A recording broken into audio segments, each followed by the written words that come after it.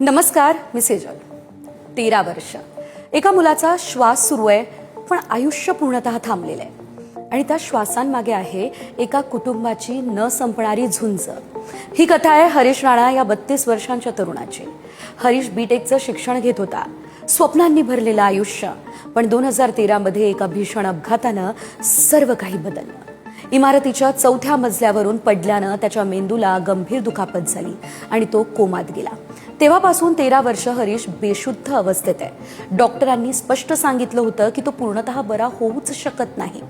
पण तरी त्याच्या कुटुंबानं हार मानली नाही. त्याला जिवंत ठेवण्यासाठी त्यांनी सर्व काही पणाला लावलं. उपचारांसाठी पैसे जमवताना घरही विकावं लागलं. आर्थिक, मानसिक सर्व वेदना सहन करत त्यांनी 13 वर्ष आपल्या मुलासाठी लढा दिला. पण शेवटी एक कठीण निर्णय घ्यावा लागला.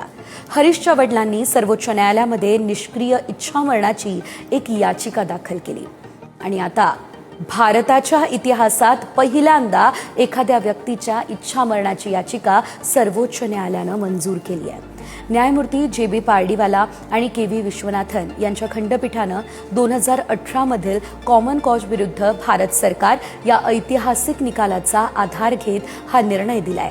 आणि त्या निकालात न्यायालयानं स्पष्ट सांगितलं की सन्मानानं मरण्याचा अधिकार हा संविधानाच्या कलम 21 अंतर्गत जीवनाच्या अधिकाराचाच एक महत्त्वाचा भाग आहे.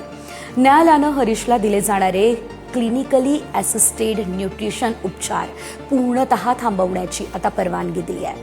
मात्र ही प्रक्रिया पूर्णपणे मानवी आणि सन्मानानं व्हावी असंही स्पष्ट सांगितलंय. हा निर्णय देताना न्यायमूर्ती पार्डीवाला इतके भावुक झाले की त्यांच्या डोळ्यांमध्ये अश्रू तरळले. हा फक्त एक न्यायालयीन निर्णय नाहीये, ही एका कुटुंबाच्या 13 वर्षांच्या वेदनेची कथा आहे.